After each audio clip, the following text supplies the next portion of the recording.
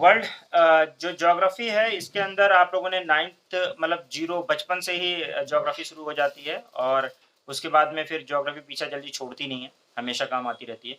सो बहुत important subject है, इसको हम उसी तरह से डील भी करेंगे और इसको जो है फॉर द अपनी कन्वीनियंस के हिसाब से हम इसको कई तरीके से डिवाइड करेंगे। एक तो हम ये वर्ल्ड फिजिकल ज्योग्राफी पढ़ेंगे पहले, वर्ल्ड फिजिकल ज्योग्राफी के बाद में फिर हम लोग जो है आपका इंडियन ज्योग्राफी पढ़ेंगे। वर्ल्ड फिजिकल ज्योग्राफी पूरा पढ़ने के बाद, वर्ल्ड ज्योग्राफी पढ़ने के बाद, उसके बाद में फिर जब इंडियन ज्योग्राफी पढ़ लेंगे तो फिर वर्ल्ड का पॉलिटिकल ज्योग्राफी पढ़ेंगे। तो पहले हमारा जो रहेगा यानी कि और कुछ आप देखेंगे बुक्स में तो उसमें फिजिकल ज्योग्राफी को अलग तरीके से, ह्यूमन ज्योग्राफी को अलग तरीके से डिवाइड किया जाता है। हमारे कोर्स में अगर आप देखेंगे तो ज़्यादा जो क्वेश्चन आते हैं वो अगर थोड़ा इकोनॉमी से रिलेट करके आएँगे तो फिर ह्यूमन ज्योग्राफी से क्वेश्चन आएँगे। अदरवाइज़ ज़्यादातर जो क्वेश्चन मिलेंगे आपको वो फिजिकल ज्योग्राफी से मिलेंगे, वर्ल्ड फिजिकल ज्योग्राफी से। इंडियन ज्योग्राफी से भी क्वेश्चन आते हैं लेकिन वो हमेशा मिक्स क्वेश्चन होते हैं, वो प्योर ज्योग्राफी के क्वेश्चन बहुत कम आते हैं इंडियन ज्योग्राफी से। आ भी सकते हैं लेकिन कम आते हैं। ज़्यादातर इकोनॉमी से या किसी और चीज़ से, किसी और सब्जेक्ट से, सोशल इश्यूज़ से, किसी चीज़ से, डेमोग्राफी से वगैरह से मिक्स करके ही क्वेश्चन पूछा जाता है। तो हम उसी हिसाब से इसको स्टडी को लेंगे। पहले बेसिक्स की बात करेंगे, पहले हम लोग सारे जितने भी ज्योग्राफी के फिज़िकल फीचर्स हैं, ज्योग्राफी क्या है, क्या डील करते हैं, कि किस तरीके से किन चीज़ों के बारे में ज्योग्राफी बात करती है, उसके बारे में बात करेंगे। अच्छा, आप लोगों ने मैप भी देखे होंगे, मैप 2 तरह के देखे होंगे, एक पॉलिटिकल मैप और एक फिज़िकल मैप, देखा है ना? पॉलिटिकल मैप में बाउंड्रीज वगैरह देखी होंगी आप लोगों ने, मैं दिखाऊंगा अभी आपको पॉलिटिकल मैप में। और दूसरा फिजिकल मैप जो होता है उसके अंदर आपने बाउंड्रीज के बजाय आपने पहाड़, नदियाँ, ये सब नेचुरल चीजें देखी होंगी। तो दो तरीके से मैप भी आपका होता है, एक होता है पॉलिटिकल मैप और एक होता है फिजिकल मैप। क्योंकि पॉलिटिकल मैप इसलिए कहा जाता है क्योंकि पॉलिटिकली ड्रॉ बाउंड्री जो होती है वो पॉलिटिकली ड्रॉ की जाती हैं आजकल के जो स्टेट्स हैं उसमें। और पॉलिटिकली ड्रॉ होती है, वो नेचुरल बाउंड्रीज नहीं होती और नेचर क्या कोई बाउंड्री होती भी नहीं है। नदियों से, नदियाँ हैं और पहाड़ हैं, यही सब बाउंड्रीज़ हैं नेचर की। तो हम लोग आज जो अपना सब्जेक्ट स्टार्ट करने जा रहे हैं, इसमें कुछ चीज़ें हैंडी आपको रखनी है। मैं अभी स्लाइड शेयर कर रहा हूँ। कुछ जो लेक्चर्स पुराने भी हैं, मैं उससे उसे भी शेयर करूँगा आप लोगों को यूट्यूब पे, तो उसको देखते रहिएगा। चलिए, अब मैं थोड़ा-सा इसको शेयर कर लेता हूँ मैं स्लाइड्स, उससे फिर बात करते हैं आगे। ठीक, अर्थ का मॉर्फोलॉजी मतलब उसका स्ट्रक्चर कैसा है। तो सबसे पहले अर्थ का जो स्ट्रक्चर है उसके ऊपर बात होती है। जियोमॉर्फोलॉजी पे हम लोग बात करते हैं। जियोमॉर्फोलॉजी जो है ये बहुत ही इंपॉर्टेंट सेगमेंट है। इस चीज को आप जाने के सबसे पहले जो हम बात करेंगे वो बात करेंगे जियोमॉर्फोलॉजी की। फिजिकल ज्योग्राफी के अंदर the very first thing that will discuss about the geomorphology. After that will discuss about the climatology. Climatology को हम लोग एटमॉस्फेयर भी कहते हैं, क्लाइमेट भी कहते हैं, अलग अलग नामों से जाना जाता है। कुछ लोग एटमॉस्फेयर के नाम से पढ़ते हैं, कुछ लोग क्लाइमेटोलॉजी के नाम से पढ़ते हैं, लेकिन है वही चीज। क्या नाम है, यानी कि जमीन को पढ़ना, ये लैंड को पढ़ने वाली बात हो गई, ठीक है। और ये एयर को पढ़ने वाली बात हो गई, एयर या मतलब उससे रिलेटेड चीज है। और ये जो है ओशियन वाटर पढ़ने की बात हो गई, ठीक है। ओशियोनोग्राफी, ओशियोनोग्राफी के नाम से इसको जानते हैं हम लोग। अलग अलग, मैंने बोला कि अलग अलग नामों से जानते हैं। ये बहुत बड़े बड़े चैप्टर्स हैं, ये पूरी पूरी यूनिट है, एक तरह से एक सब्जेक्ट है पूरा। यानी कि ये 3 चीजें पढ़ते हैं मेन फिजिकल ज्योग्राफी में। और आपका 50% से ज्यादा लेक्चर, 50 to 60% लेक्चर यही है, जिसमें हम लोग जियोमॉर्फोलॉजी और क्लाइमेटोलॉजी और आपका जो है ओशियोनोग्राफी के बारे में बात करते हैं। We talk about geomorphology, climatology, oceanography, ठीक है। इसके बारे में बात करते हैं, ये मेन होता है। ये इसमें हम लोग जियोमॉर्फोलॉजी में बेसिकली अर्थ के स्ट्रक्चर के बारे में डिटेल में सारी बातें करते हैं। फिजिकल फीचर्स क्या है, क्या नहीं है, उस पर बात करते हैं। दूसरा हमारा होता है क्लाइमेटोलॉजी। क्लाइमेटोलॉजी में हम लोग क्लाइमेट के बारे में, एटमॉस्फेयर के बारे में बात करते हैं। और उस तीसरा जो होता है हमारा ओशियोनोग्राफी, जिसमें हम ओशियन के बारे में डिटेल में बात करते हैं कि ओशियन कैसा है, कैसा उसका स्ट्रक्चर कैसा है, क्या चीज़ है। और इस सब में आपके लिए रेलेवेंट जो है वो एटलस रेलेवेंट है, ठीक है। आवाज आ रही है, मेरी बात समझ में आ रही है। बॉटम तक जो भी है, मतलब अंदर तक क्या है, कैसा है, उसके ऊपर जब बात होती है तो इसको हम ओशन बॉटम रिलीफ की कैटेगरी में लेके जाते हैं। ओशनिक क्रस्ट को हम देखते हैं इसमें, ठीक है। और मोस्ट फंडामेंटल और फर्स्ट ऑर्डर जो रिलीफ है वो फंडामेंटल बेसाल्टिक होता है। ओशनिक क्रस्ट होता है जो है वो फर्स्ट ऑर्डर रिलीफ होता है, मोस्ट फंडामेंटल होता है और बेसाल्टिक होता है। बेसाल्टिक मैंने बताया था, बेसाल्टिक इरप्शन से जो बनता है, यानी कि जो कि आप देखेंगे तो वो कैसा रहेगा, आपको दिखेगा कैसा बेसाल्टिक, एकदम मतलब उससे जब एकदम क्वाइट इरप्शन जो होता है उसमें जो बनता है अक्सर ऐसा रहता है। ओशनिक क्रस्ट की थिकनेस 1 से 2 किलोमीटर होती है, डार्कर इन द कलर होता है और डेंसिटी बहुत हायर होती है, बहुत डेंसर रॉक से मिलकर बना होता है। डेंसिटी बहुत ज़्यादा हाई होती है, यानी आपका जो ये सरफेस है ना, इसको तो आप आसानी से अगर ईंट वीट मार के ऐसे या कोई चीज़ खोद देते हो फावड़े से ऐसे खोद देते हो। लेकिन आप ओशन बॉटम जो होता है वो बहुत ही स्ट्रॉन्ग हार्ड होता है, उसकी डेंसिटी बहुत हायर होती है, इतना आसान नहीं होता उसको तोड़ना। ओशनिक क्रस्ट जो होता है वो क्रिएट होता है एमओआर से और डिस्ट्रॉय होता है ट्रेंच पे। वो आपको दिखाई देता है एमओआर पे क्रिएशन हो रहा है। एमओआर जो है मिड ओशनिक रिज, उसमें क्या होता है वो लावा बाहर से उबल-उबल के आ रहा है और वो ऐसे रिज बना रहा है और रॉक्स बना रहा है। और ट्रेंच पे आपको पता है प्लेट सबडक्ट हो रही होती है, मैं अब तो ये बता ही चुका हूँ। प्लेट सबडक्ट हो रही तो एक प्लेट जो है जब ऐसे नीचे की तरफ जा रही होती है, दूसरी प्लेट ऊपर, तो यहाँ जो ट्रेंच बनता है इस जगह पे यानी बीच में, इस ट्रेंच पे वो डिस्ट्रॉय हो रही होती है प्लेट्स, है ना? तो वहाँ पे ओशन प्लेट जो बॉटम रिलीफ है खत्म हो रहा था। पता है ना ये बात? हैं? कुछ समझ में आ रही बात? आवाज़ आ रही है मेरी? समझ में आ रही बात? ठीक है, तो ओशन क्रस्ट जो है वो क्रिएट होता है एमओआर पे। ये बात समझ में आई नदीम, तो तुम्हें तो क्लियर होगा? ठीक है, कि ओशन जो है वो उसमें क्या होता है कि एमओआर पे क्रिएट हो रहा है और डिस्ट्रॉय होता है ट्रेंच पे, ये बात समझ गए होंगे आप लोग। ओशन जिनको ना समझ में आए बताइए, पूछ लीजिएगा मुझसे कैसे डिस्ट्रॉय हो रही है, ठीक है? तो वो हाँ, कंस्ट्रक्टिव है, एक जगह कंस्ट्रक्शन हो रहा है, दूसरी तरफ डिस्ट्रक्शन हो रहा है। Ocean floor is not flat obviously, more diversity than the continent. Continent से भी ज़्यादा डाइवर्सिटी मैंने बोला आप लोगों को रहे मिलेगा। ये देखिए आपको एक ये एक्सप्लोर करेंगे हम लोग ओशियन फ्लोर को, तो हम लोग को ऐसा दिखेगा। दिख रहा है आप लोगों को? हाँ? लेट्स एक्सप्लोर इट, ठीक है ना? इस साइड में देखें आप, थोड़ा-सा मैं ज़ूम करके आपको दिखाता हूँ। ये जो पार्ट है, दिस वन,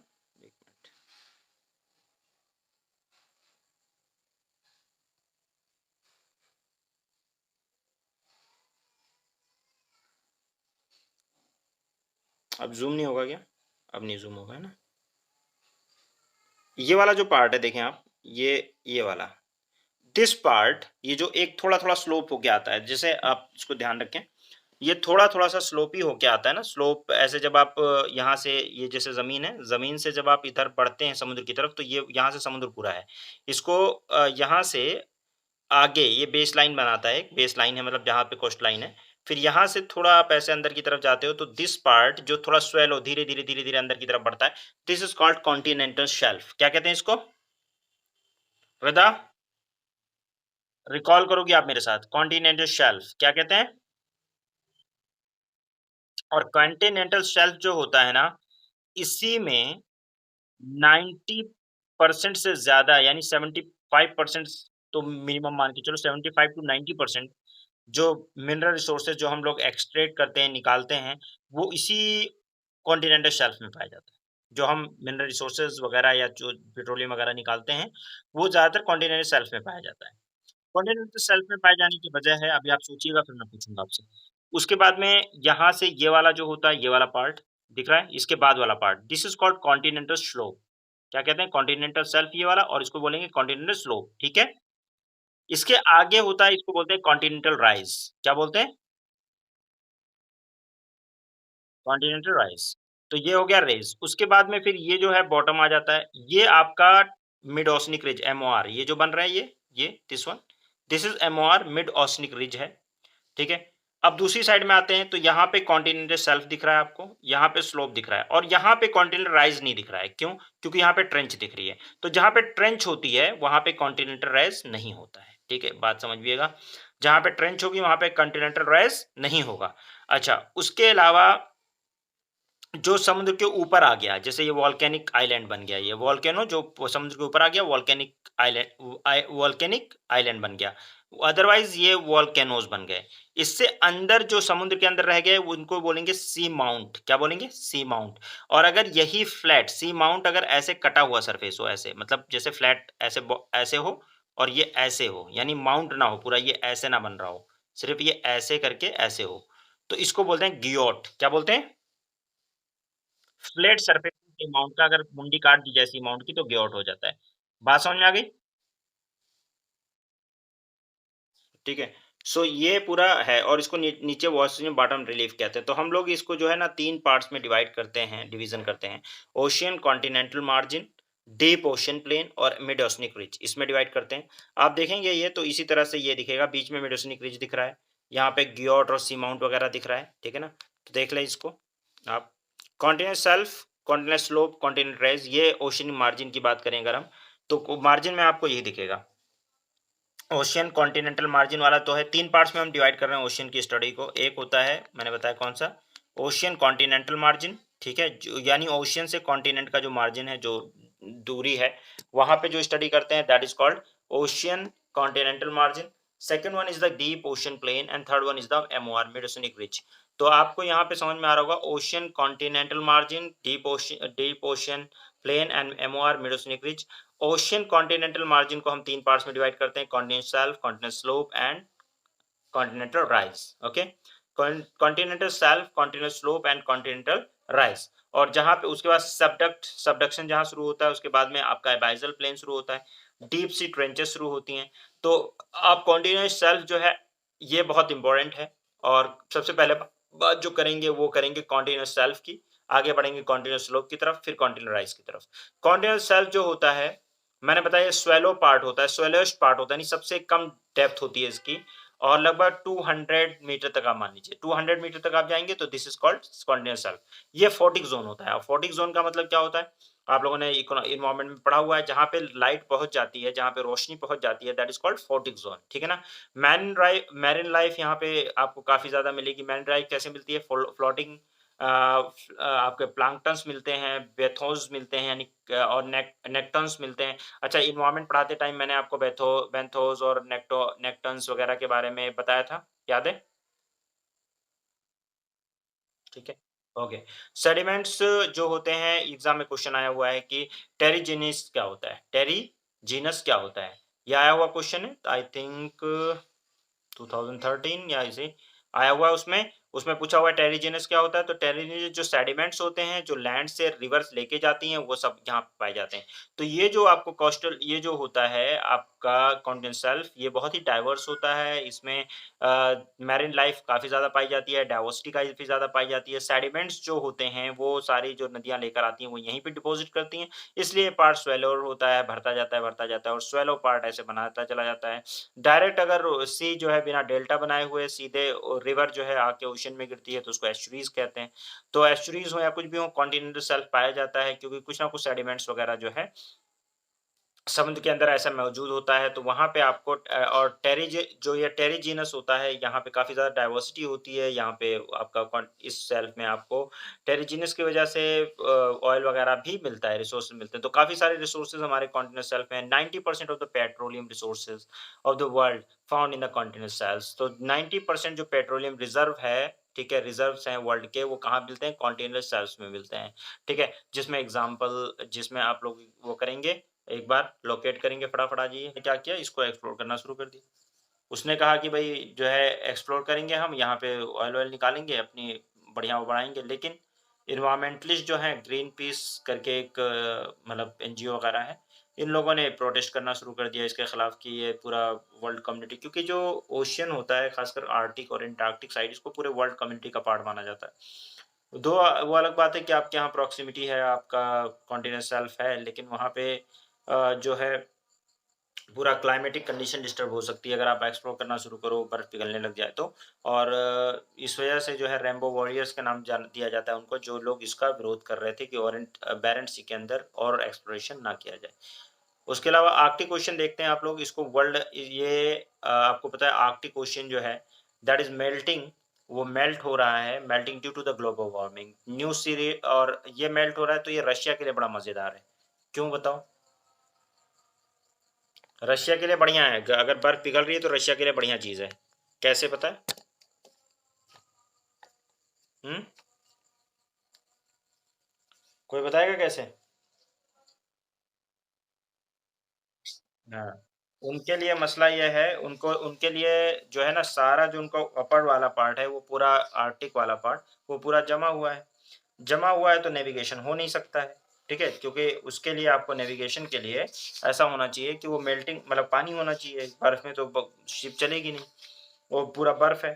तो वहाँ पे उनके लिए नेविगेशन बड़ा मुश्किल हो जाता है क्योंकि एकदम बर्फ भी नहीं है, फिर क्वार्टर भी आ जाता है बीच-बीच में, तो उसमें कुछ बना भी नहीं सकते, ना रेलवे, ना कुछ, शिप भी नहीं चला सकते। तो मसला बड़ा है उनके लिए कहीं से उधर से निकलने का, तो वो उधर से निकल नहीं सकते आर्कटिक साइड से, ठीक है? तो इनके पास जो चलने वाले पोर्ट्स हैं, जो काम करते हैं, वो सब नीचे वाली साइड में जितने भी पोर्ट्स हैं, वही इनके काम आते हैं। बाकी जो अपर साइड में पोर्ट्स हैं, जबकि रशिया बहुत बड़ी कंट्री है और चारों तरफ से मतलब समझ लो कि आर्कटिक से में बहुत बड़ा एरिया वो घेरे हुए है, लेकिन उसके बावजूद जो है इसको उसका एडवांटेज नहीं मिल पा रहा है। मतलब इस चीज़ का क्योंकि बर्फ पिघली हुई है, तो उसको लग रहा है जब बर्फ पिघलेगा तो हमें नेविगेशन रूट बड़ी ईज़िली मिल जाएगा, हम किधर से किधर भी निकल सकते हैं पूरे मतलब व वर्ल्ड में कहीं भी निकल सकते हैं। तो ये इसके लिए बड़ा बेहतरीन हो जाएगा। अच्छा अब एक काम करें इसी बात पे भाई दुखी तो नहीं है आप लोग? नाराज़ तो नहीं? कि मार्क बहुत टाइप की जो रॉक वेदरिंग होती है, उसकी वजह से बहुत तरह के मिनरल्स वगैरह भी पाए जाते हैं, पल्स वगैरह पाए जाते हैं, ठीक है? हेवी मिनरल्स का कंसंट्रेशन यहाँ पे पाया जाता है, यानी कि ये बहुत ही कॉन्टिनेंट शेल्फ जो है, बहुत ही इम्पोर्टेंट सोर्स है किस चीज़ का? अलग-अलग टाइप के मिनरल्स का और इसमें इसका एक एग्ज़ाम्पल हमारे यहाँ है मोनाज़ाइट सैंड। यूपीएससी ने क्वेश्चन पूछा हुआ है 2013 में आई थिंक 12 या 13 में पूछा हुआ है कि मोनाज़ाइट सैंड जो है वो मोनाज़ाइट सैंड से थोरियम निकलता है। वो कहाँ पे पाया जाता है? कौन से कोस्ट पे पाया जाता है? हमारे यहाँ को केरला कोस्ट के अंदर को केरला कोस्ट पे मोनाज़ाइट सैंड पाया जाता है। मोनाज़ाइट सैंड जो है वो थोरियम उससे निकलता है। थोरियम एक रेडियो एक्टिव मटेरियल है जिससे न्यूक्लियर रिएक्टर्स वगैरह में यूज़ किया जाता है। तो इसलिए याद रखिएगा गोल्ड जो है वो अलास्का रेंज में आपको कॉन्टिनेंट शेल्फ में गोल्ड मिलेगा अलास्का में। आपका ज़िरकॉन ये मटेरियल जो है ज़िरकॉन ये ब्राज़ील और ऑस्ट्रेलिया में मिलेगा और डायमंड इसके कोस्टल एरिया में कहाँ पे मिलेगा? साउथ अमेरिका में। एक ये सब कॉन्टिनेंट शेल्फ के अंदर मिलता है। पर्ल्स वगैरह मिलते हैं, मोती जो होते हैं। आपको पता है कैल्शियम पर्ल्स जो होते हैं कैल्शियम क्योंकि लेस सॉल्युबल होता है ओशियन वाटर के अंदर, पेरुवियन कोस्ट वगैरह में rich deposit of calcium and phosphate भी मिलता है। उसके अलावा फिशेज़ जो हैं, ज rich source of nitrate and phosphate, high protein and medicinal use ये फिशेज़ वगैरह का काफ़ी ज़्यादा मतलब बड़ा रिसोर्स होता है कौन-सा? Continent shelf. उसके अलावा पल्स वगैरह भी मिलती हैं इसमें। तो कॉन्टिनेंटल शेल्फ के अंदर मैंने आपने देखा वर्ल्ड के जितने भी कॉन्टिनेंट शेल्फ हैं, उनके अंदर काफ़ी ज़्यादा अच्छे मिनरल रिसोर्सेज़ मिलते हैं, जो आपको जानना चाहिए। उसके बाद में कॉन्टिनेंट स्लोप होता है। कॉन्टिनेंट स्लोप क्या है? ये जैसे ये दिख रहा है आपको? ये स्टीप स्लोप होता है, यानी बहुत तेज़ी से नीचे जाता है, यानी एक में स्वैलो नीचे आएगा ऐसे कॉन्टिनेंट शेल्फ में। लेकिन फिर ये अचानक से जैसे नीचे गया ना, जैसे ये दिख रहा है। ये यहाँ से आ रहा है कॉन्टिनेंट शेल्फ है, दिख रहा है? ये ऐसे और फिर यहाँ से नीचे गया तो क्या हो गया? कॉन्टिनेंटल स्लोप हो गया। अब कॉन्टिनेंटल स्लोप थोड़ा-थोड़ा सा ऐसे डाउन, फिर और ज़्यादा डाउन होगा तो फिर रेज़ हो जाएगा। तो ये जो होता है वेरी स्टीप स्लोप होता है, मैसिव लैंडस्लाइड्स यहाँ होती रहती हैं और टेरिजिनस डिपॉज़िट्स होते हैं। लैंडस्लाइड क्यों होती हैं आप पूछेंगे? तो रिवर्स का इतना बड़ा वॉल्यूम ऑफ वाटर आके जब कहीं गिरेगा, धड़ाम से एकदम अचानक से, तो आपको क्या लगेगा? वहाँ पे लैंडस्लाइड्स नहीं होंगी, वहाँ पे कैनियन नहीं बनेगा। तो रिवर के अंदर जो है कैनियन टाइप से मतलब ऐसे रास्ता टाइप से रिवर बना देती हैं, अपना काट देती हैं पूरा वो।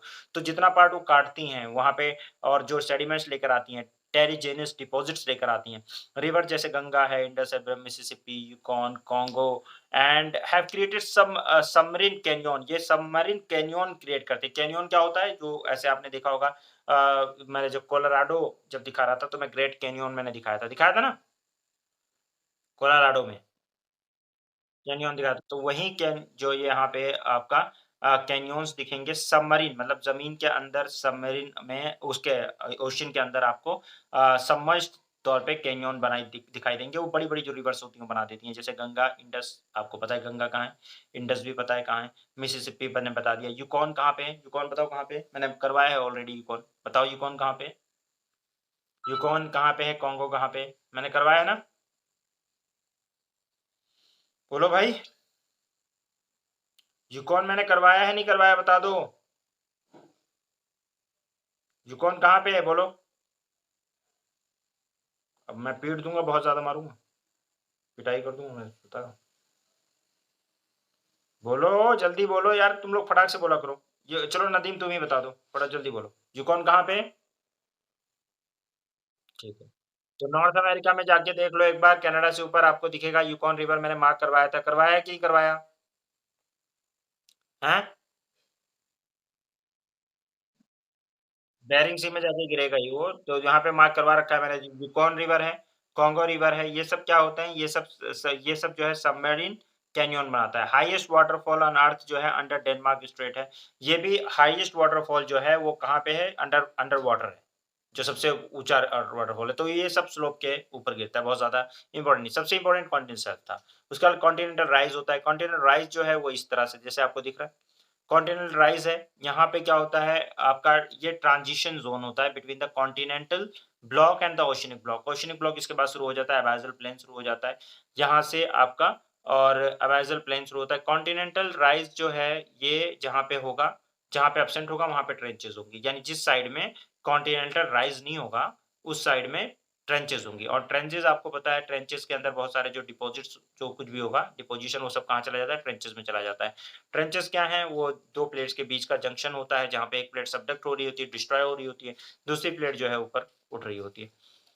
तो वो है। इसके अलावा हमने कौन-कौन सी चीज़ें देख ली? ओशियन कॉन्टिनेंटल मार्जिन देख लिया, मिड ओशियन रीजन हम ऑलरेडी देख चुके हैं। अब हम लोग डीप सी प्लेन की तरफ जाएँगे। डीप सी अबासियल प्लेन में आप देखिए, इसके नाम याद रखने हैं आपको। 40% ऑफ द ओशियनिक फ्लोर जो होता है वो आपका एबासियल प्लेन होता है, ठीक है? और ये जो है ट्रेमेंडस डाइवर्सिटी यहाँ पाई जाती है, डिफरेंट टाइप के लैंडफॉर्म्स पाए जाते हैं, ठीक है? और यहाँ पे जो डिपॉज़िट्स होते हैं ये ट्राइजेनस होते हैं। ट्राइजेनस का मैंने पहले ऑलरेडी बता चुका हूँ, सेडिमेंट्स जो कैरी करती हैं रिवर वगैरह लेकर आती हैं, ज़मीन से जो आते हैं उनको ट्राइजेनस बोलते हैं। मैरिन लाइफ़ यानी बायोजेनस होता है, यानी मैरिन लाइफ़ जो वो करती हैं उसको बायोजेनस बोलते हैं। और सॉल्ट और मिनरल जो होता है ये और इनऑर्गेनिक डिपॉज़िट्स होते हैं। तो ये सब कुछ पाया जाता है इसमें अबासियल प्लेन पे। अबासियल प्लेन को ज़रा थोड़ा-सा मैं दिखाता हूँ आप समझें। यहाँ पे आप देखिए कॉन्टिनेंटल शेल्फ दिख रहा है आपको, कॉन्टिनेंटल स्लोप दिख रहा है, वोल्केनिक आइलैंड्स आर्क दिख रहे होंगे, वो दिख गया। उसके अलावा अबासिल्स दिख रहा है। उसके अलावा आप देखिए मिड ओशियनिक रिज दिख रहा है, अबासियल प्लेन दिख रहा है, ग्योर्ड दिख रहा है। ग्योर्ड दिख रहा है यहाँ पे मैंने आपको बताया था वो जब ऐसे फ्लैट काट दो तो ग्योर्ड कहते हैं उसको। दिख रहा है? ठीक है? ग्योट के अलावा जो है आपको सी माउंट दिख रहा है सी माउंट? सी माउंट दिख रहा है, ट्रेंचेज़ हैं, ये सारा जो है सब जो है अबासियल प्लेन आप समझिए कि इस तरह से बनता है। तो इसमें जो है रिसोर्सेज़ के अगर नाम पर देखा जाए तो यहाँ पे एक बहुत इम्पोर्टेंट रिसोर्स होता है जिसको बोलते हैं पॉलीमेट्रिक नूडल्स। पॉलीमेट्रिक नूडल्स जो होते हैं ये क्या होते हैं? ये एक्चुअल में ये हमें पहले पता ही नहीं था कि पॉलीमोट्रिक नूडल्स जैसी भी कोई चीज़ होती है। पीएमएन इसको कहा जाता है, पॉलीमेट्रिक नूडल्स जैसी कोई चीज़। ये तो सेकंड वर्ल्ड वॉर के बाद जब सबमरीन्स वगैरह अंदर गईं तो हमें कुछ इस तरह के नूडल्स मिले और फिर वहाँ पे जब सर्च किया गया तो वो इसको मैंगनीज़ नूडल्स पहले कहा जाता था। बाद में इसको देखा गया कि ये तो बहुत ज़्यादा मतलब इसमें अलग-अलग टाइप के मिनरल्स होते हैं जो अर्थ पे रेयर मिलता है, अर्थ पे मिलता ही नहीं है। ये लगभग 4000 से लेकर 6000 मीटर गहराई में ये नूडल्स मिलते हैं। जैसे ये पड़े हुए हैं ना इस तरह से और ये मेटल के बने होते हैं, मैं दिखाता हूँ आपको इसका। ये पूरा डिस्ट्रीब्यूशन है वर्ल्ड में कहाँ-कहाँ पॉलीमेट्रिक नूडल्स मिलते हैं। तो देखें आप पूरा अटलांटिक भरा हुआ है, पैसिफिक भरा हुआ है, ठीक है? अटलांटिक में थोड़ा नीचे मिलते हैं, नीचे की साइड में मिलते हैं यानी अफ्रीका से लेकर और साउथ अमेरिका की साइड में। नॉर्थ अमेरिका वाले तो वैसे ही चोर हैं सारे, नॉर्थ अमेरिका और यूरोप वाले वो अगर कुछ भी मिलता तो पहले ही खा हुआ लेते। तो ज़्यादा जस्ट किडिंग हाँ, ज़्यादा जो मिलता है वो आपका मिलता है इधर आपका साउथ अमेरिका, अफ्रीका की साइड से लेकर और आपका जो है साउथ अमेरिका से और अफ्रीका के बीच में और ज़्यादा पैसिफिक में मिलता है, बहुत ज़्यादा पैसिफिक के अंदर मिलता है। इंडियन ओशन में भी पॉलीमेट्रिक नूडल्स हैं, लेकिन बहुत ज़्यादा नहीं है, ठीक है? तो यहाँ पे ग्लोबल डिस्ट्रीब्यूशन अगर पीएमएन का देखेंगे तो इस तरह से मिलेगा आपको। पॉलीमेट्रिक नूडल्स होते कैसे हैं? ये बेसिकली कारासी के अंदर, आर्कटिक ओशन के अंदर फर्स्ट जो मिला था वो कारासी और आर्कटिक ओशन कारासी में मिला था, आर्कटिक ओशन में जो मैंने आपको दिखाया। These nodules are found in the all the ocean, economically viable होते हैं इकोनॉमिकली वायबल सेंट्रल अब इंडियन ओशन में, ईस्टर्न और पैसिफिक में यहाँ सब ज़्यादा मिलते हैं। पॉलीमेट्रिक नूडल्स होते कैसे हैं? ये जो है स्मॉल नूडल्स होते हैं, मेटल इसके अंदर manganese, iron, silicon, aluminium nickel और कोबाल्ट एक ही नूडल के अंदर आपको ये सारे मेटल मिलते हैं। आप सोचें some of the minerals are rare on the कुछ ऐसे भी मिनरल्स मिलते हैं जो अर्थ पे नहीं मिलते। मैंने बताया बहुत रेयर होते हैं अर्थ पे लेकिन वहाँ मिल जाते हैं। और उसके अलावा कंट्रीज़ इसीलिए इसको एक्सप्लोर करने के रेस में है। ये है पहले मेटलिक नूडल देख रहे हैं आप? अब जैसे सोना होता है ना इसके अंदर बहुत सी चीज़ें मिलती हैं, जैसे अब ये बहुत कीमती चीज़ें भी मिलती हैं, बहुत सारे ऐसे रेयर मेटल्स हैं जो नहीं मिलता है यहाँ पे, वो इसमें मिल जाता है मेटल नूडल्स में। मतलब आप सोचिए आयरन भी है, सिलिकॉन भी है, इसके अंदर एल्यूमीनियम भी है, निकेल बहुत और कोबाल्ट है, ये ऐसी चीज़ें इसमें हैं, ठीक है ना? तो पीएमएन के एक्सप्लोर करने के लिए कंट्रीज़ हो रही हैं। 2002 के अंदर इंडिया ने अप्रूवल लिया था इंटरनेशनल सीबेट अथॉरिटी से कि हम लोग इन्वेस्टर बनेंगे 15 साल के लिए और हम लोग यहाँ पे लगभग 1,50,000 मिलियन हेक्टेयर का ओशन स्ट्रेच को हम लोग एक्सप्लोर करेंगे, इसके लिए सर्च करेंगे और इसके लिए हम लोगों ने मतलब अपना कुछ इक्विपमेंट्स वगैरह साउथ कोरिया के साथ कोलैबोरेट करके एक्सप्लोर करने की बात चल रही थी और इसके अलावा चाइना ने भी ऑक्यूपाई किया लगभग 10,000 हेक्टेयर एरिया, जहाँ पे वो लोग करेंगे। तो ये कौन करता है, ये परमिशन कौन देता है? United national convention on law of sea है, एक कन्वेंशन जिसके तहत इंटरनेशनल सी अथॉरिटी बना हुआ है, जो ये सारी चीज़ें करता है। इसका काम क्या है? आप पूछेंगे कि भाई ये जो बना हुआ है, ठीक है, तो इसका काम क्या है? What is doing? तो ये United Nation convention on law of sea है, 1983 के अंदर बना, 60 कंट्रीज़ ने इसको साइन किया था, 1993 के अंदर फ़ोर्स में आया। इसका जो काम है बेसिकली इसका तो पहली चीज़ तो ये है, मैरीटाइम बाउंड्री वगैरह डिसाइड कराता है कि मतलब लोग लड़ाई ना करें एक-दूसरे, मैरीटाइम बाउंड्री वैसे डिसाइड नहीं होती है, तो उसको डिसाइड करने में ये हेल्प करता है। डीप सी माइनिंग वगैरह करनी है तो इंटरनेशनल सी अथॉरिटी जो है किंगस्टन, जमाइका के अंदर इसका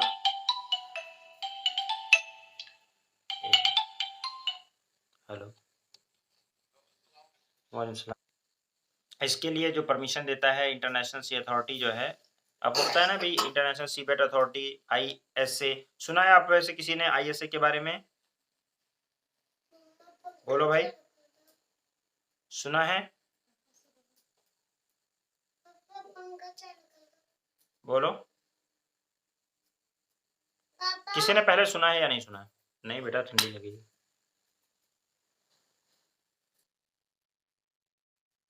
आपने सुना है कि आप लोगों ने तो सुना ही होगा इंटरनेशनल सीबेट अथॉरिटी, सुना है किसी ने? नहीं सुना तो जान लो, इंटरनेशनल सीबेट अथॉरिटी जो है ये एक ऑटोनॉमस इंटरनेशनल ऑर्गेनाइजेशन होती है, 1982 में बनी है, ठीक है? 83 में ये बनने के बाद फिर कन्वेंशन पास करवाया इसने, यूनाइटेड नेशन का लॉ ऑफ सी कन्वेंशन पास हुआ है, जो कि फोर्स में बाद में आया है, तो पहले बना है। तो इंटरनेशनल सीबेट अथॉरिटी उसी टाइम बनी। इंटरनेशनल सीबेट अथॉरिटी का जो काम है, सीबेट अथॉरिटी बेसिकली क्या करती है? इंटरनेशनल सीबेट अथॉरिटी इसका मतलब नाम है, शॉर्ट में लोग इसको इंटरनेशनल सी अथॉरिटी भी बोल देते हैं, लेकिन ये एक्चुअल में जो फुल ये है आईएसए, इसका फुल फॉर्म है इंटरनेशनल सोलर अलायंस में समझ लीजिएगा कि वो सोलर बाद में बना है, ये पहले बना है।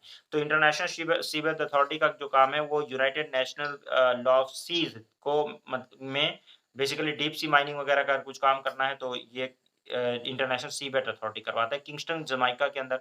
जमाइका आप लोगों ने देखा ऑलरेडी देखा हुआ है, जमाइका मैंने मार्क करवाया था। तो वहाँ पे इसका हेडक्वार्टर है।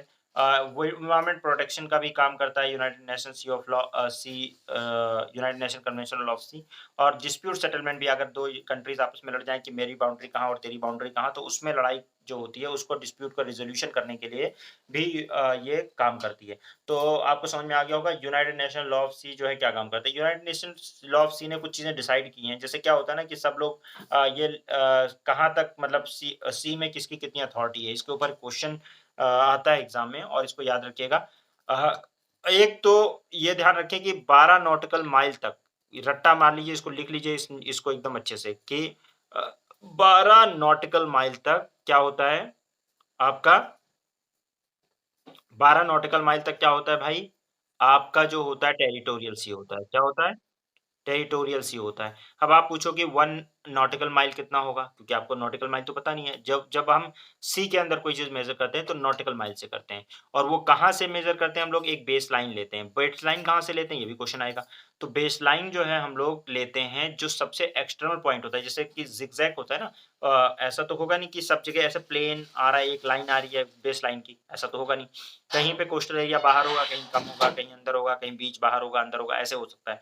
तो हम एक लाइन ले लेते हैं जो सबसे आउटर मोस्ट पॉइंट होता है, वहाँ से एक लाइन ले लेते हैं, उसको हम बेस लाइन मान लेते हैं। और उस बेस लाइन से लेकर 12 नॉटिकल माइल तक, कितने? 12 नॉटिकल माइल तक हम टेरिटोरियल सी कहते हैं, और टेरिटोरियल सी का मतलब होता है ये united national law of seas में डिसाइड किया गया है कि आपका जो है 12 नॉटिकल माइल तक टेरिटोरियल सी है। टेरिटोरियल सी का मतलब होता है ये आपका पूरे जितनी सॉवरेनिटी होती है आपकी, प्रॉपर सॉवरेनिटी आप यहाँ पे गवर्न कर सकते हैं। आपकी कंट्री की पूरी पावर होगी यहाँ पे, जैसा मर्ज़ी वैसा आप करें, यानी जैसे अपनी मिलिट्री वगैरह लगा सकते हैं, कुछ भी कर सकते हैं। तो ये जैसे आपके पास जो मतलब कोई कंट्री होती है और कंट्री की जैसे अपनी लैंड पे सॉवरेनिटी होती है, उसी तरह की सॉवरेनिटी लगभग इसमें दिया होता है। 1 नॉटिकल माइल कितना होता है? 1.852 किलोमीटर्स कितना होता है? लिख लीजिएगा इसको। अक्सर इसमें लोग कन्फ्यूज़ रहते हैं। 1.852 किलोमीटर्स होता है 1 नॉटिकल माइल। लिख लीजिए। लिख लिया? 1.852 किलोमीटर लगभग यानी 2 किलोमीटर के आसपास का 1 नॉटिकल माइल होता है। क्लियर है? क्लियर? तो 1 नॉटिकल माइल जो है इसको नोट कर लीजिएगा। तो 12 नॉटिकल माइल तक मेज़र किया जाता है क्या? कि ये टेरिटोरियल सी है। उसके अलावा जो है वही सी बेस लाइन से अगर हम 24 नॉटिकल माइल तक जाते हैं, तो हमारा जो होता है वो कॉन्टिग्युअस ज़ोन होता है, जो एक जंक्शन ज़ोन के टाइप लिए किया जाता है। और उसके बाद में अगर उसी बेस लाइन से अगर हम 200 नॉटिकल माइल तक जाते हैं, तो 200 नॉटिकल माइल तक जो है वो आपका माना जाता है क्या? एक्सक्लूसिव इकोनॉमिक ज़ोन, जहाँ पे आपकी सॉवरेनिटी तो नहीं होती, लेकिन आप वहाँ पे एक्सप्लोर कर सकते हो, आप वहाँ पे काम कर सकते हो और उस एक्सक्लूसिव इकोनॉमिक ज़ोन यानी जो एक्सक्लूसिव इकोनॉमिक ज़ोन होता है, वो बेसिकली वहाँ पे आप इकोनॉमिक अपनी जो भी एक्टिविटीज़ वगैरह होती हैं, वहाँ उसको एक्सप्लोर वगैरह करवा सकते हो और वो आपका कॉन्टिनेंटल शेल्फ का पार्ट माना जाता है और यहाँ से अगर आप देखेंगे टेरिटोरियल सी जहाँ खत्म होता है, वहाँ से लेकर एक्सक्लूसिव इकोनॉमिक ज़ोन जहाँ तक होता है, वहाँ तक लीगल कॉन्टिनेंटल शेल्फ माना जाता है। आप देख लें वैसे कॉन्टिनेंटल शेल्फ जो होता है वो मतलब ये समझिए कि ऐसे बोल दिया जाता है कि 200 नॉटिकल माइल तक। कितने बोला जाता है?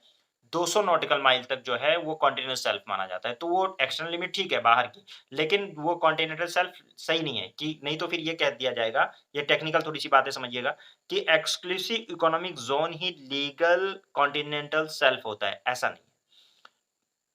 जो एक्सक्लूसिव इकोनॉमिक ज़ोन होता है, वो टेरिटोरियल सीज़ को भी इंक्लूड करता है, कॉन्टिगुअस ज़ोन को भी इंक्लूड करता है और कॉन्टिनेंटल शेल्फ को भी अपने साथ लेता है।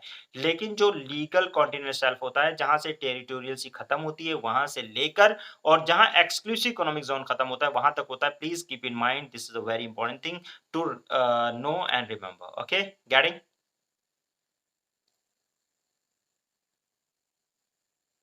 ठीक है भाई? और उस एक्सक्लूसिव इकोनॉमिक ज़ोन जहाँ खत्म हो जाएगा, उसके बाद वो हाई सी शुरू होगा। तो यहाँ पे बहुत लोगों का कन्फ्यूज़न होता है क्योंकि ये कितना शैलो जा रहा है, कहाँ तक जा रहा है, तो लीगल एकदम क्लियर कर दिया है कि भई आप मीटर्स में नाप लीजिए, ठीक है ना? और यहाँ तक आपका अधिकार है, अपनी कॉन्टिनेंट शेल्फ में आप फिशिंग वगैरह कर सकते हो। इसमें स्पेशल राइट होता है आपको मिनरल्स वगैरह एक्सप्लोर करने का एक्सक्लूसिव इकोनॉमिक ज़ोन के अंदर। तो यूपीएससी ने क्वेश्चन पूछा हुआ है। यूपीएससी का क्वेश्चन क्या है? यूपीएससी कहता है कि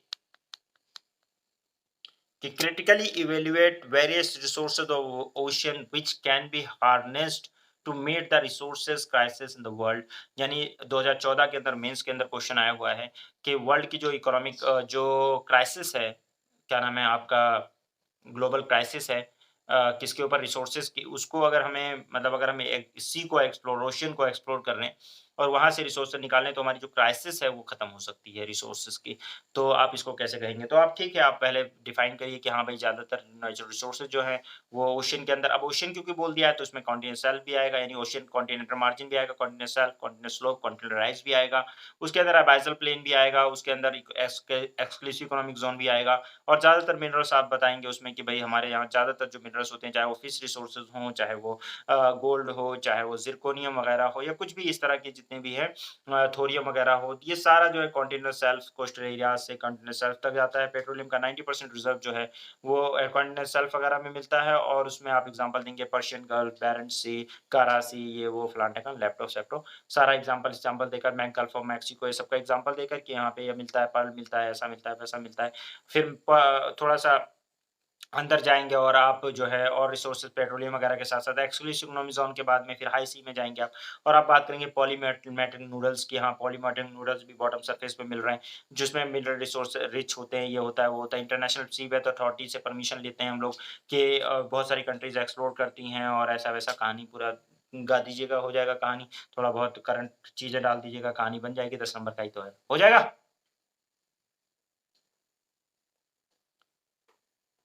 है भाई, समझ गए ना बात को कि कॉन्टिनेंटल शेल्फ से चालू करके बाइसल प्लेन तक पॉलीमॉर्फिक नोड्स तक सारा बता दोगे तो 10 नंबर तो वैसे ही मिल जाएंगे। क्लियर है?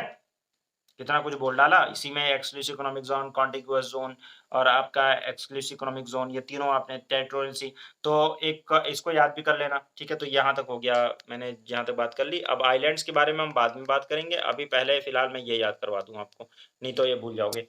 हाँ भाई, बेस लाइन कहाँ से लिया जाता है, जरा दरक्षा रिदा मुझे बताओ, बेस लाइन कहाँ से लिया जाता है? हैं? बेस लाइन से ही तो नापोगे, तो बेस लाइन कहाँ से लिया जाता है, कहाँ से मेजर करते हैं बताओ?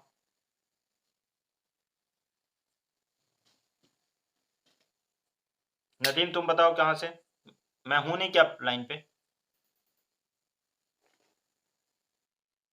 हाँ, तो ये क्यों नहीं बोल रही, एकदम गायब हो जाती है? नहीं, तुम्हारी आवाज नहीं आ रही, एकदम गायब थी तू। बेस लाइन कहाँ से लेते हैं, पूछ रहा था मैं। तो लैंड अलग अलग जगहों पे अलग अलग जगह खत्म होता है ना। मान लो हो सकता है यहाँ पे 12 किलोमीटर पे खत्म हो रहा हो, थोड़ा आगे जाके 15 किलोमीटर पे खत्म हो रहा हो, उससे आगे जाके 20 किलोमीटर पे खत्म हो रहा हो, उससे जाके 50 किलोमीटर पे खत्म हो रहा हो। कोई जरूरी थोड़ी ना है कि रेक्टेंगुलर ऐसे खत्म हो। हैं? जैसे मान लो कि मैं जमीन से ले रहा हूँ, तो ऐसे तो है नहीं ना कि ये सारी उंगलियां बराबर तो होंगी नहीं। देख रहे हो ना, ये यहाँ पे कहीं लैंड खत्म, यहाँ पे समुद्र शुरू हो गया, कहीं पे देखो, कहीं यहाँ समुद्र शुरू हो गया, कहीं यहाँ समुद्र शुरू हो रहा है, कहीं यहाँ समुद्र शुरू हो रहा है। मान लो ये मेरी लैंड है, ये हाथ, और यहाँ पे आप देख रहे हो ना, यहाँ पे वाटर यहाँ शुरू हो गया, यहाँ पे वाटर यहाँ शुरू हो रहा है, फिर यहाँ पे वाटर यहीं शुरू हो गया, यहाँ पे और पहले शुरू हो गया। तो कौन सा बेस लाइन लूंगा, कहाँ से कैसे बेस लाइन लूंगा बताओ?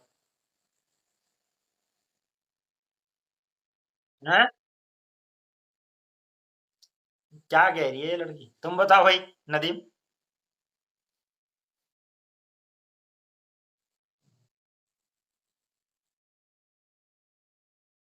हैं? क्या? जिगजैग, अभी तुम्हें थप्पड़ ही थप्पड़ घुसा ही घुसा मारूंगा जिगजैग लाइन, जिगजैग तो है ही है भाई, ये जिगजैग नहीं दिख रहा तुझे? ये जिगजैग है, ये जिगजैग है, देख।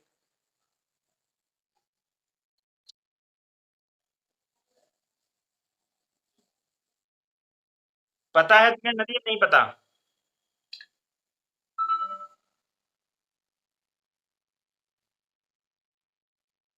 हैं? क्या 3 नॉटिकल माइल, कुछ भी बोल रही है लड़की, सही से बताओ ना।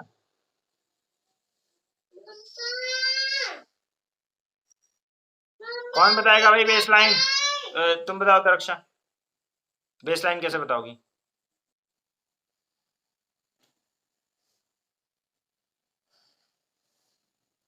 दरक्षा,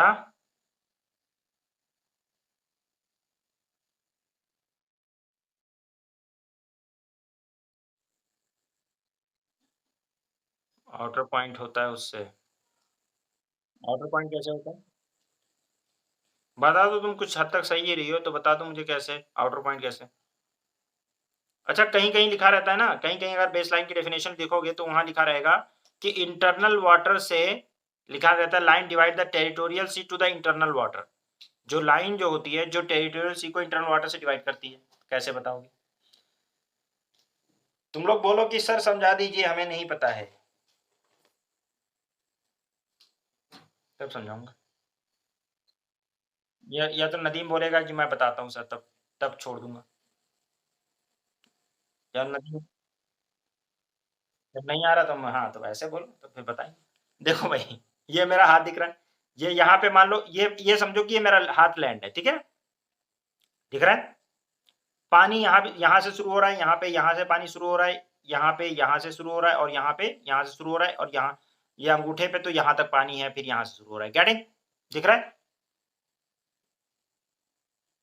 क्लियर है?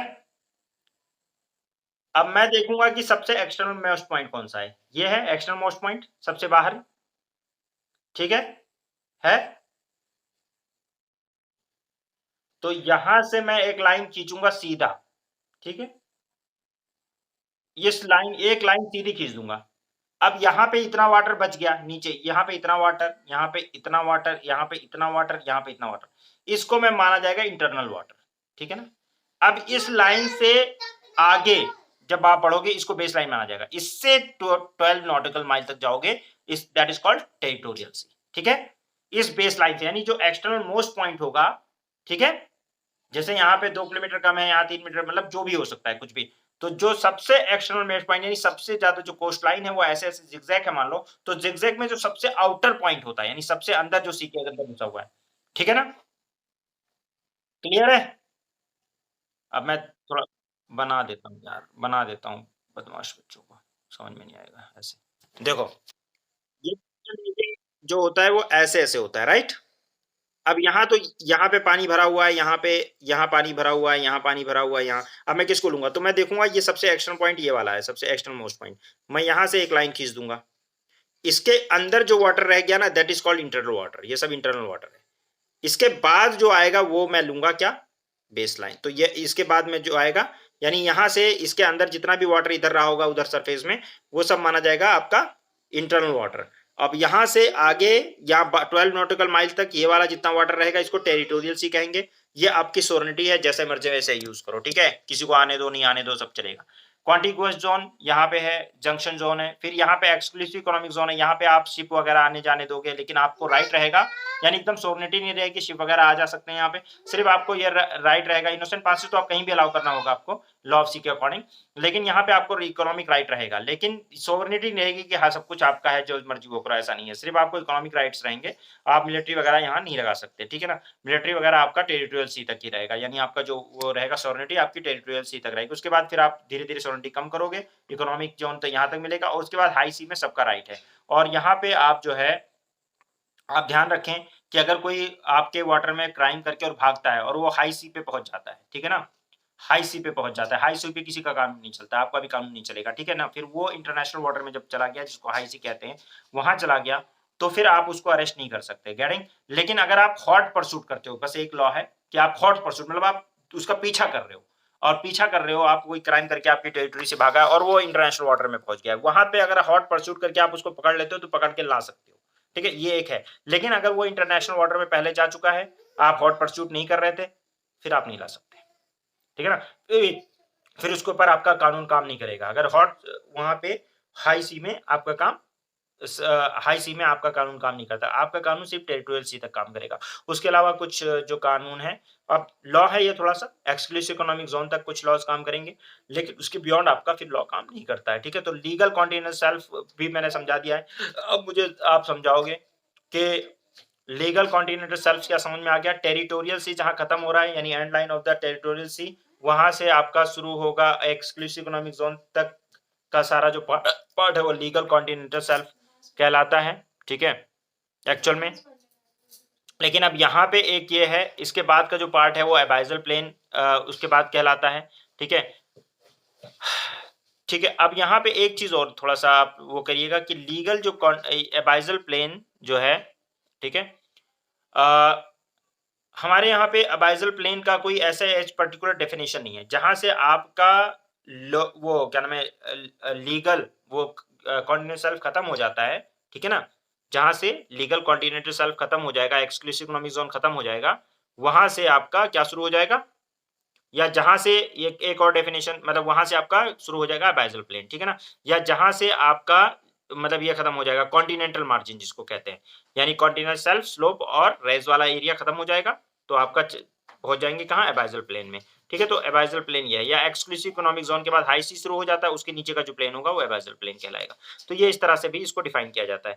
तो लेकिन बहुत जगह डिस्प्यूट भी है, ऐसा नहीं है आप मत सोचें कि किसका कॉन्टिनेंटल शेल्फ है, क्या है? तो इसमें डिस्प्यूट भी है, लेकिन ये कुछ एक जनरल लॉ है। अच्छा अब आप मुझसे ये पूछेंगे कि सर एक्सक्लूसिव इकोनॉमिक ज़ोन इसमें एक्सक्लूसिव इकोनॉमिक ज़ोन में तो एक्सप्लोर करने का उस कंट्री का राइट होता है जिसका वो एक्सक्लूसिव इकोनॉमिक ज़ोन है, राइट? ठीक है ना भाई? कहेंगे ना? अच्छा, अब अगर मान लीजिए कि 2 कंट्रीज़ हैं, ओके? उनके बीच में 200 नॉटिकल माइल तक का ही एरिया है, ठीक है? जैसे एक कंट्री यहाँ, एक कंट्री यहाँ। इन दोनों के बीच में जो डिस्टेंस है, जो वाटर है, वही 200 नॉटिकल माइल तक है, तो 200 नॉटिकल माइल तक तो किसका हुआ ये? वो कहे कि मेरा है, ये कहे मेरा है, तब क्या होगा? नहीं समझे? दोनों के बीच का डिस्टेंस ही 200 नॉटिकल माइल है। तो एक मान लो कंट्री ए है, कंट्री ए कहता है कि मेरा जो है वो भाई मेरा तो जैसे मान लो मैक्सिको है, ठीक है ना, गल्फ ऑफ मैक्सिको में देख लो, या क्या उसमें यूएसए कह रहा है कि मेरा गल्फ ऑफ मैक्सिको के अंदर कॉन्टिनेंटल शेल्फ जो है यहाँ तक आ रहा है, कहाँ तक, क्या नाम है, इधर 200 नॉटिकल माइल तक, और मैक्सिको कहता है मेरा आ रहा है, तब तो लड़ जाएंगे दोनों भाई। 200 ही के बीच में है, तो 200 मतलब आपके कोस्टल एरिया तक मेरा कॉन्टिनेंटल शेल्फ, और आप एक्सक्लूसिव इकोनॉमिक जोन, और आपके कोस्टल एरिया तक मेरा ये एक्सक्लूसिव इकोनॉमिक जोन। तो किसका कौन क्लेम करेगा, बताओ फिर क्या होगा, किसका होगा, लड़ाई हो जाएगी नहीं हो जाएगी, हैं? 200 नॉटिकल, आपने 200 एक्सक्लूसिव इकोनॉमिक जोन बता रखा है ना, 200 नॉटिकल माइल तक। अगर दो कंट्रीज के बीच का जो डिस्टेंस है वाटर का वही 200 नॉटिकल माइल है, तो कौन सा कंट्री क्लेम करेगी, ए या बी? नहीं समझे, समझ गए ना? अरे भाई ये कंट्री ए है और यहाँ पे कंट्री बी है, अब इसके बीच में जो है 200 नॉटिकल माइल तक का ही डिस्टेंस है, मान लो 200 नॉटिकल माइल तक, ठीक है ना। अब पता क्या चल रहा है, ये कह रहा है यहाँ तक, यहाँ तक तो मेरा है भाई, 200 नॉटिकल माइल तक ये मेरा है, ये पूरा वाटर मेरा है, ये बी कह रहा है नहीं मेरा है पूरा वाटर। अब तो लड़ाई हो जाएगी ना।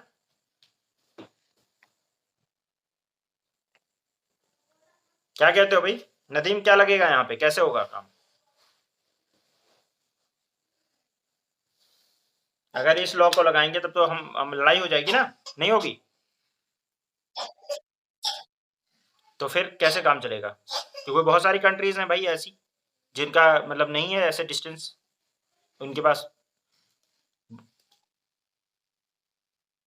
साउथ चाइना सी में भी डिस्प्यूट है, लेकिन और भी हर जगह लगभग है यार। आप क्यूबा उबा देख लो, उठा के मैक्सिको देख लो, कितना 200 नॉटिकल माइल तक का वो मगर क्लेम करेंगे तो फिर बहुत दिक्कत हो जाएगी, है ना। किंगस्टन जमाइका वगैरह देखो ना कैसे कितना है, तो फिर इन लोगों का तो बड़ा डिस्प्यूट रहेगा, वो कहेगा मेरा है, ये कहेगा मेरा है, लड़ाई झगड़ा चालू रहेगा, तनातनी हमेशा रहेगी। तो फिर कुछ ना कुछ सॉल्यूशन निकालना पड़ेगा। तब यहाँ कौन सा प्रिंसिपल लगता है दरक्षा, मैंने क्या बताया था, याद है?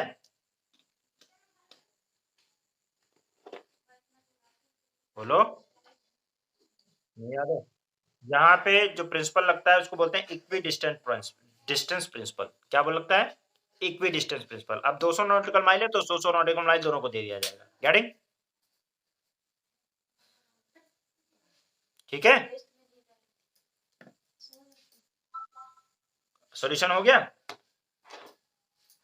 अब कोई कंट्री ये नहीं कह सकती मैं तो बड़ा हूं तो मेरा बड़ा ज्यादा रहेगा, ऐसा नहीं है। वो डिस्टेंस अगर दो कंट्रीज के बीच में है तो वो 100 आधा आधा इक्वी डिस्टेंस में वो डिवाइड कर देंगे, ठीक है ना। आधी इक्वी डिस्टेंस प्रिंसिपल लगता है, इक्वल डिस्टेंस जैसे 50 है तो 25-25 दोनों का, गेटिंग? 25 अपनी साइड का 25 ये एक्सप्लोर करने, अपनी साइड का 25 आप एक्सप्लोर कर लो, गेटिंग? क्या हुआ, क्यों रो रहा है, क्यों रो रहा है, क्यों रो रहे हो उजान, क्यों रो रहे हो इस तरह से?